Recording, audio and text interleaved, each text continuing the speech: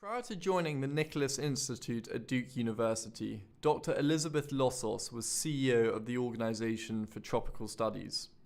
Her current work is focusing on the deforestation and environmental degradation happening along the transportation corridors of BRI.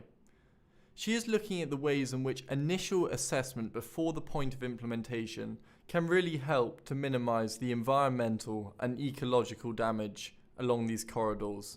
It was a real pleasure speaking to her about this. My name is Elizabeth Losos. I'm currently a senior fellow at the Nicholas Institute for Environmental Policy Solutions at Duke University.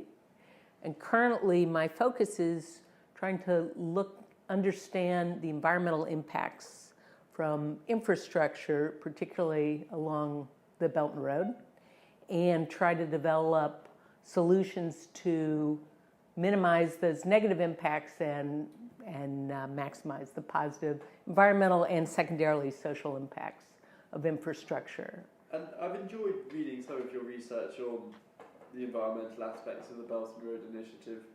Which economic corridors do you see, or aspects of these economic corridors do you see at most of risk from environmental degradation? So my particular focus has been on the transportation industry, the transportation sector, rather, that being trains and roads. So what I'm going to respond is focused on trains, roads, and not on, say, the energy sector, which has all sorts of other environmental impacts from greenhouse gas and other issues, pollution. But in terms of transportation, interestingly, the trains, there's been a focus on the impact of roads, particularly by conservation scientists and conservationists who are concerned with the impact on biodiversity, on carbon emissions from deforestation, and a lot of other impacts on ecosystem services. And in fact, historically, roads in particular have been one of the most significant drivers of the biodiversity crisis, deforestation, and also carbon emissions. So that's really my focus. However, the more that I've learned about Belt and Road, it's really much more complicated because all routes don't necessarily create the sort of deforestation that roads into frontiers have. And in fact, most of the Belt and Road transportation projects, at least in the areas that we're looking at, Eurasia, Southeast Asia, are actually focused on railways and not roads, which have similar impacts, but not exactly the same. And so it's much more nuanced to try and understand what the impact would be, and then also how to use this to actually minimize the impact. So the impact is on deforestation, but also on abiotic impacts like landslides and flooding and fire vulnerability. But it can also have indirect impacts on future land use change, on wildlife and logging, illegal wildlife trade, logging trade, not only in providing access to those, but also a way to transport these illegal goods to markets, especially China and other Southeast Asian and Southeast Asian destinations. How do you distinguish between deforestation, which is caused by infrastructure investment, and that which is caused by other factors, may that be desertification or land clearance? Can you tell these things from satellite data? So that's a good question, and there's a simple answer and a complicated answer. The simple answer is you can, with satellite data, you can look at where roads are coming in and then patterns of deforestation. And if there's deforestation along the edge of a desert, you can pretty much assume that that is not it. However, that also is a little too simplistic, and there's been a fair amount of research, including by one of my collaborators here at Duke, Alex Alexander, Pfaff, who's in the Sanford School, but others as well who've tried to look at when you put in a road or a rail or some other corridor, you also have to look at what would have happened if you hadn't put in that road and try and actually tease out what is the marginal impact of that. And so it turns out that while it sometimes looks like a road might be causing the deforestation, at times, in fact, this was deforestation that was happening anyway, and in fact, the road may be a result of changing land use patterns, changing migrations, and the road is actually servicing the new communities rather than creating the pattern. But there are tools, there are statistical tools to be able to try and tease this out, and it turns out that there's a lot of heterogeneity in responses, and you need to understand all sorts of both demographic information about the human populations, but also biophysical information like slope or closeness to a protected area. On the note of closest to a protected area, I was going to ask this later, but I can't resist now. The Nairobi-Mombasa Railway line, of course, has prompted quite a lot of controversy from going through the Nairobi National Park. In terms of the accountability and liability for this, although it's being built, does this sit with the China Road and Bridge Corporation, or does this sit with China's Belt and Road Initiative? Where would you attribute blame for this? All right, I don't want to talk about blame. I'll talk about how do we not get ourselves into situations like that. One of the key problems with not just the Belt and Road, but any sort of infrastructure development for a road or a rail line is that the decisions are made very late in the process. They are often made, almost every country now requires an environmental impact assessment. Chinese companies are, for the most part, willing to follow whatever the local laws are. And so we don't have to get into all the details, although we can if you want, about environmental impact assessments. But even if you have a perfect environmental impact assessment, which, such as in the case of the standard railway that you've brought up, the problem is that when it highlights what the issues are and what the potential solutions are, it's so late in the process that it's virtually impossible to have significant changes do more than tweaking. It's more likely at that point that even if you get big protests, there are so much political and financial forces invested in having this project happen that it's very rare that they're just going to say, you know what, you're right, this is really a bad idea.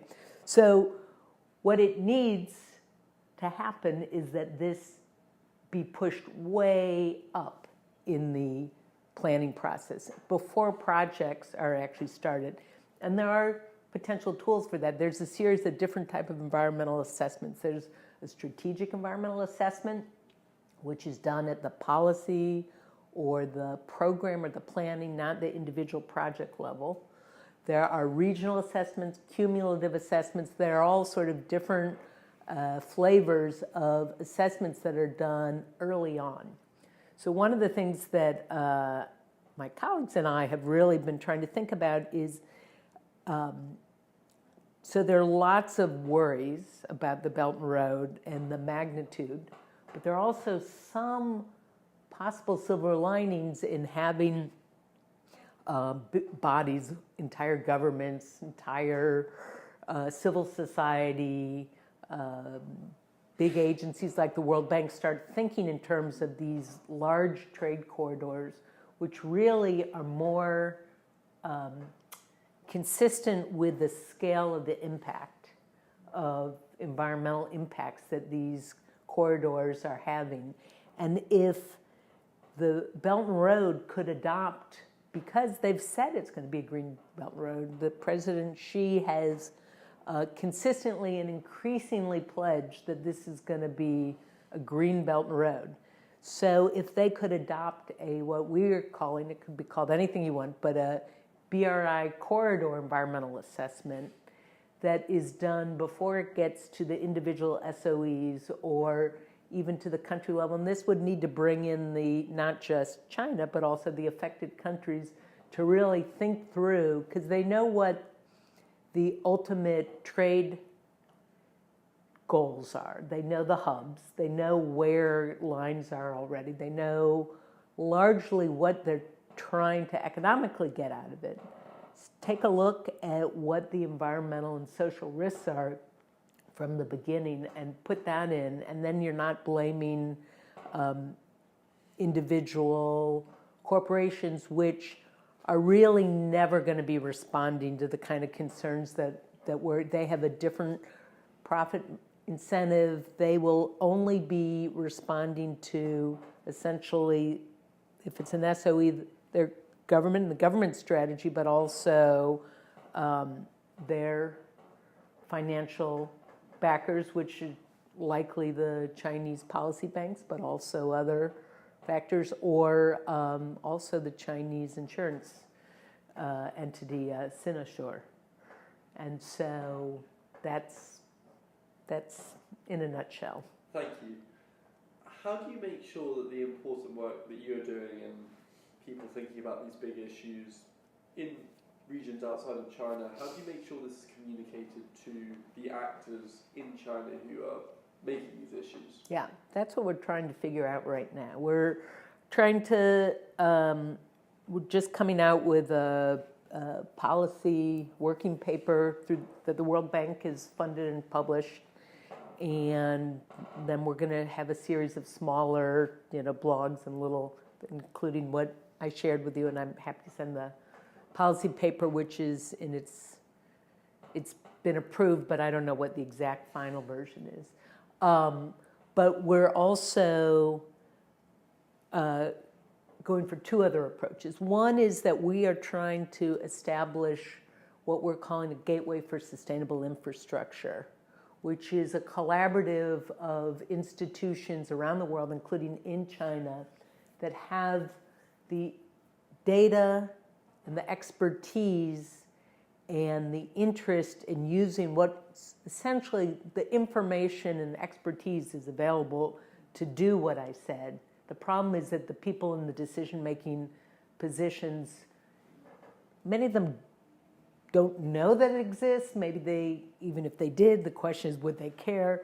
But so what we're trying to do is develop this, what we call GSI, Gateway for Sustainable Infrastructure. We're now trying to get it. We've got seed funding, but we're trying to scale it up. And it includes entities in the Chinese Academy of Sciences and different Chinese universities, as well as it's going to be hosted here at Duke and at Duke Kunshan University.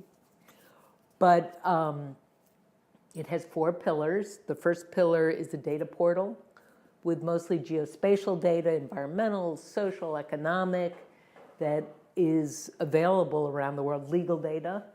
What are the laws in all these countries?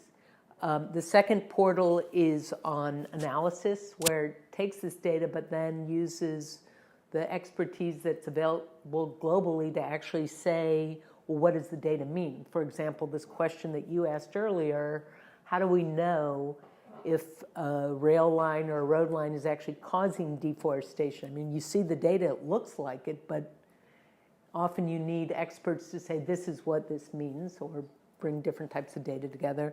The third portal is what do we call the third? It's participatory involvement. It includes a big training capacity, both online and in person, mostly in host countries, but also ultimately in China, where we're trying to build up the capacity to use all this information and do better planning. And then the last is the tools and guidelines, where we develop, essentially take everything from those first 3 portals and get it to the... So that's the first answer. The second answer is, how do we make sure that the decision makers, whether in China or in host countries, utilize all this. And that's what we're really trying to dig into now. And a lot of it is there's really a few key bodies where so much of this information is being made. And we're trying to get to those, figure out how to provide this information in a way that is they're receptive and responsive to. One of the blogs I read that you and your colleagues wrote was define the different severity of sort of deforestation, environmental impact from low to medium to high. Yep. How do you define this and standardize that? And to what extent can you bring external factors into that equation? May that be the recovery time that a forest may take in that area to revitalize, or also how that region as an entity may react to deforestation? Right. So just to step back a little, part of that blog was looking at this question of what would you expect if, say, a road went through an area that had low deforestation or medium or high deforestation. And so let me describe that first, and then we can get back to your specific question. So the idea is that if an area is already highly deforested, largely developed, and you put a road and a rail or a rail through it, you're not likely to have much deforestation. And the area that we were looking at, that we've focused on specifically is Southeast Asia. And you can think of, say, there's an area of northern Thailand, which is pretty much all under agriculture right now. And it's been deforested for quite a while. And so you put in a rail. In fact, there are already roads there. You're almost surely, these areas that are highly deforested, you're almost surely putting on this transportation on top of some other transport infrastructure footprint, because there's been deforestation, either recent, but more likely for quite a while. So in that case, we don't think that the environmental, at least the deforestation impact, is particularly severe. And for the most part, that's where we would encourage most of this transportation to go through already well-developed areas. The second area is, well, let's go to the other end, and that is to these low deforested areas, which are frontier forests.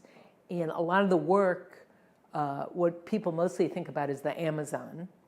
But you could think of places like, Western Thailand has some much smaller than the Amazon, but some areas that really are pretty untouched. And the idea is that in the short term, if a road comes through or a rail line goes through, it's likely that in the short term, it's not going to have that big of an impact, because a lot of the economic factors, the people, the capital for development, et cetera, don't come in immediately. And so in the short term, you're not going to see an immediate impact. But in the long term, you could have the biggest impact of all.